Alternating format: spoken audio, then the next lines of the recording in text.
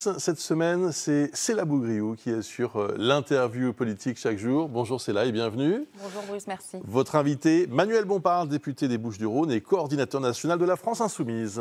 Bonjour Manuel Bompard. L'État entre au capital de la filiale de Sanofi qui produit le Doliprane et le gouvernement affirme aujourd'hui avoir obtenu les garanties. Est-ce qu'elles sont suffisantes selon vous? Non, bien évidemment. D'abord, le ministre se targue de faire rentrer l'État à hauteur de 1% au capital de cette filiale, un grand public qui produit notamment le Doliprane. Je pense que soit il est naïf, soit il prend les gens pour des imbéciles, parce que ce n'est pas avec 1% de participation dans le capital que l'État aura quelques mots à dire sur les décisions stratégiques qui seront prises par le groupe. Vous savez, c'est des Ils ont obtenu des milliers engagements d'emplois qui sont concernés. Les engagements, le problème, c'est qu'on nous l'a déjà fait. Au moment, par exemple, où General Electric a racheté Alstom, on nous a dit qu'il y a des engagements pour que l'emploi reste en France et les activités restent en France. Qu'est-ce qu'il faut faire? Qu'est-ce qu'il faut faire aujourd'hui? Il faut bloquer la vente. On a une possibilité, ça s'appelle le décret Montebourg, c'est-à-dire on refuse que des secteurs stratégiques passent sous pavillon américain, puisque là, en l'occurrence, c'est un fonds de pension américain. Et il faut ouvrir, je crois, le chantier d'un pôle public du médicament, parce que les médicaments qui sont indispensables pour soigner les Françaises et les Français, ça ne doit pas être tout simplement des marchandises sur lesquelles on se fait des profits. Autre actualité extrêmement importante, ce soir, c'est le début de l'examen du vote du budget à l'Assemblée nationale, le volet de recettes du projet de loi de finances. Vous croyez vraiment que ce débat pourra avoir lieu? Est-ce que vous craignez que le Premier ministre dégaine un 49.3? Je ne souhaite pas qu'il dégaine un 49.3. Il y a eu le débat la semaine dernière en commission des finances. Et nous, le nouveau Front populaire, la France Insoumise, nous avons fait la démonstration qu'un autre budget est possible, puisque nous avons réussi à faire voter des amendements qui permettaient de générer à peu près 60 milliards d'euros de recettes nouvelles. Et de taxes. Milliards. Et de taxes, c'est ce que vous reproche aussi. Attendez, je vais venir dans le détail, mais 60 milliards, c'est exactement le chiffre que cherche Michel Barnier en termes d'économie. Donc on lui a fait la démonstration qu'il est possible d'avoir un budget dans lequel ces 60 milliards d'euros d'économie ne reposent pas, comme va le proposer de faire M. Barnier, sur l'ensemble des Françaises et des Français, mais sur les plus riches, sur les grandes entreprises, sur les dividendes versés aux actionnaires. Qui affecterait gravement la compétitivité selon le camp présidentiel. On parle même de boucherie fiscale. Oui, j'ai entendu ces mots, mais d'abord, ce qu'il faut dire, c'est que le budget tel qu'il est proposé aujourd'hui par M. Barnier serait une boucherie pour les Françaises et les Français, une boucherie d'austérité, en l'occurrence, il veut qu'on parle de boucherie. Pour le reste, ce qui affecterait la compétitivité, c'est le budget tel qu'il est proposé. Des économistes montrent que ça serait sans doute 0,8 points de croissance en moins l'année prochaine. Donc non seulement le projet de budget que propose Michel Barnier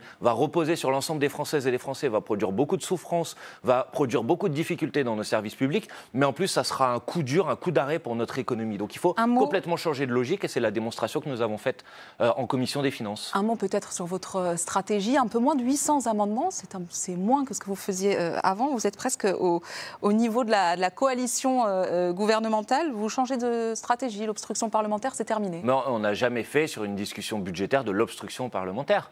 On propose des amendements qui visent à changer la logique de ce budget, comme j'ai essayé de l'expliquer, c'est-à-dire à générer des recettes nouvelles, mais des recettes qui portent sur une minorité, sur les 1% des plus riches, sur les grandes entreprises qui, depuis qu'Emmanuel Macron est arrivé au pouvoir, se sont gorgées d'argent. On a atteint l'année dernière un record historique de versement des dividendes. Donc ça, il faut le mettre davantage à contribution. Et par là même, on retire des efforts qui vont être demandés aux Françaises et aux Français. Par exemple, dans les projets d'amendement, il y avait l'idée qu'on refuse la hausse de l'électricité, par exemple, qui pourtant, dans le budget de Michel Barnier, va se traduire par une hausse sur les factures qui ont déjà augmenté de 40% depuis 2 ou 3 ans. Donc, vous voyez, on peut faire autrement que ce que propose de faire M. Barnier. C'est ce qu'on va essayer de démontrer avec nos amendements. Alors, on le disait tout à l'heure, ce texte sera examiné à partir de 21h30. Mais avant cela, vous voulez rejeter ce texte avant même qu'il soit discuté. Ça s'appelle une motion de rejet préalable. D'abord, est-ce que vous regrettez que le Rassemblement national ne souhaite pas la voter? Non, mais vous verrez. En un mot. Non, vous verrez cet après-midi. Comme je vous l'ai dit, nous, notre souhait, c'est qu'on discute des amendements que nous avons déposés dans ce texte. Mais alors, je vous interromps. Nous déposons cette motion de rejet pour pouvoir dire dans quelle mesure ce budget tel qu'il est présenté initialement ne nous convient pas. Vous n'avez pas envie qu'elle soit votée? Vous verrez cet après-midi. Vous n'avez pas envie qu'elle soit votée dans l'examen de cette motion de rejet. Parce que sinon, vous feriez tout de même un cadeau très sympathique, en réalité, au gouvernement, puisqu'on le sait, si cette motion de rejet était adoptée, le texte va ensuite directement au Sénat, dans la version du gouvernement. Et donc cela évite en quelque sorte à Michel Barnier de s'armer du 49-3. On peut dire que c'est du pur symbole en réalité? Non, mais une motion de rejet, ça permet d'abord d'avoir une expression générale sur le budget. Donc c'est plutôt juste pour discuter et expliquer un petit peu votre position. Moi, je suis favorable au débat, à la discussion parlementaire. Je vous l'ai dit, on a déposé des amendements. Si on a déposé des amendements, c'est avec l'objectif que ces amendements puissent être adoptés ensuite. On a entendu toutes vos critiques sur le budget. Jean-Luc Mélenchon, lui, dans une note de blog, parle de victoire idéologique.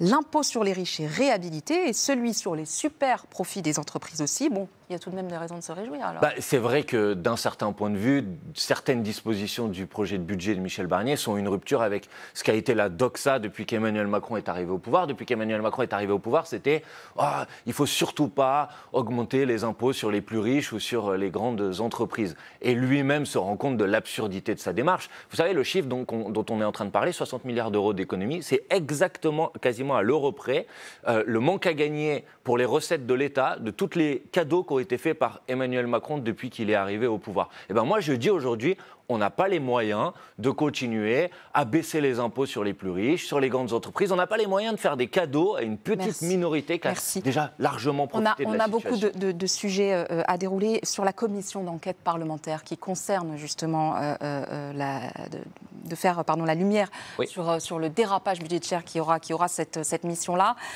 Qui est-ce qu'il faut interroger? Qui doit se présenter? Alors, en fait, d'abord, c'est la commission des finances de l'Assemblée nationale qui a eu la prérogative de se constituer en commission d'enquête pour faire la lumière sur les raisons du dérapage du déficit, puisque contrairement à ce qu'on nous avait annoncé à peu près il y a un an à la même période, le déficit n'a pas été de 4%, il a été au-delà de 6%. Donc je pense qu'il faut interroger les responsables. Bruno Le Maire en fait partie, évidemment, puisque manifestement, il y a eu une volonté de cacher la vérité pour des raisons électorales, parce qu'il y avait des élections européennes, puis des élections législatives. Vous dites que le gouvernement a menti aux Français aujourd'hui? Ça me paraît être une certitude. Et cette commission d'enquête, je pense, va le démontrer, puisqu'ils disposaient des éléments qui permettaient de dire le déficit est en train de dégringoler. Mais ils ne l'ont pas dit parce qu'ils ont eu peur d'être encore plus lourdement sanctionnés au moment des élections européennes, au moment des élections législatives. Et le rôle de cette commission d'enquête, c'est de faire la vérité sur cette situation. Très rapidement, un tout autre sujet. Emmanuel Macron reçoit Bruno Retailleau aujourd'hui à 10h à l'Élysée. Qu'est-ce qu'il doit lui dire? D'arrêter sans doute ces sorties qui sont particulièrement inacceptables et insupportables. Et j'observe derrière, il y a une forme de deux poids, deux mesures dans ce gouvernement. C'est-à-dire que quand vous avez un ministre de l'économie qui dit qu'il combat le Rassemblement national, il se fait rappeler à l'ordre.